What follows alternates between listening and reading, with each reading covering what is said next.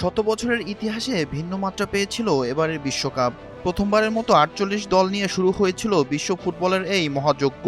কয়েক ধাপ পেরিয়ে শেষের পথে এখন বিশ্বকাপ। অপেক্ষা শুধু শিরোপা নির্ধারণী লড়াইয়ের, যেখানে মুখোমুখি হবে দুই মহাদেশের দুই ফুটবল পরাশক্তি আর্জেন্টিনা আর স্পেন। রোববার ১৯ জুলাই বাংলাদেশ সময় দিনগত রাত ১টায় যুক্তরাষ্ট্রের নিউ ইয়র্কের নিউ জার্সির মেটলাইফ স্টেডিয়ামে অনুষ্ঠিত হবে ফাইনাল, যেখানে টানা দ্বিতীয় শিরোপা ঘরে তোলার লড়াইয়ে নামবে আর্জেন্টিনা আর ১৬ বছর পর শিরোপার খোঁজে নামবে স্পেন। দুই দলের এই ফাইনালের মহারণ দেখতে অপেক্ষায় আছে বিশ্বের কোটি ফুটবল প্রেমী। কিন্তু বিশ্বকাপের ফাইনাল নিয়েই এবার তৈরি হয়েছে শঙ্কা।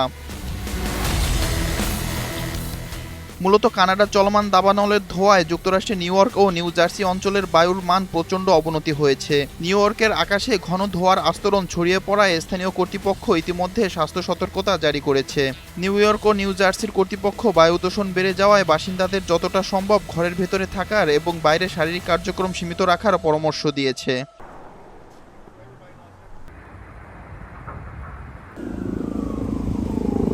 নিউ ইয়র্কের মেয়র জোহরান মামদানি বলেন, নিউ ইয়র্কের প্রত্যেক নাগরিককে সতর্কতা অবলম্বন করতে হবে। বাইরে থাকার সময় সীমিত করুন, বিশেষ করে কষ্টসাধ্য শারীরিক কাজ এড়িয়ে চলুন।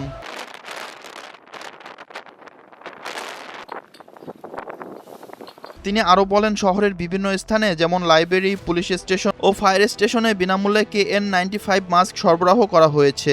কোথা থেকে মাস্ক সংগ্রহ করা যাবে তা জানতে নির্ধারিত ওয়েবসাইটে দেখার পরামর্শ দেওয়া হয়েছে। এদিকে গত বুধবার রাতে নিউ জার্সিতে পৌঁছেছে স্পেন দল। প্রতিকূল পরিস্থিতি সত্ত্বেও বৃহস্পতিবার তারা খোলা আকাশের নিচেই অনুশীলন করেছে। তবে এখন পর্যন্ত বায়ুর মান নিয়ে প্রকাশ্যে কোনো উদ্বেগ জানানো হয়নি স্পেনের পক্ষ থেকে। অন্যদিকে ইংল্যান্ডকে হারিয়ে ফাইনাল নিশ্চিতের পর আজ শুক্রবার নিউ ইয়র্ক জার্সিতে প্রথম অনুশীলন করার কথা রয়েছে আর্জেন্টিনার।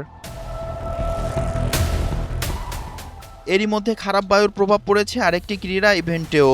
বুধবার ১৫ জুলাই জাতীয় নারী ফুটবল লিগে সিটি ফিল্ডে গথাম এফসি ও ওয়াশিংটন স্পিরিটের ম্যাচ অনুষ্ঠিত হয় কমলা রঙের ধোঁয়াচ্ছন্ন আকাশের নিচে।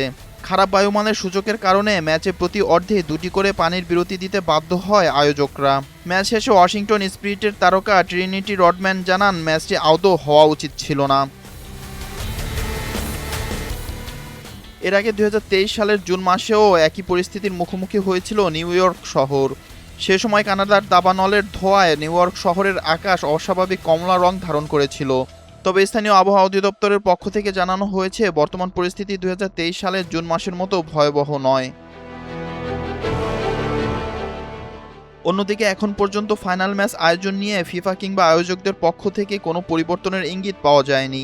আবহাওয়ার পূর্বাভাস অনুযায়ী শুক্রবারের পর বায়ুর মান উন্নত হতে পারে, আর শনিবারের সম্ভাব্য বৃষ্টিপাত ধোঁয়া কমাতে সহায়তা করবে।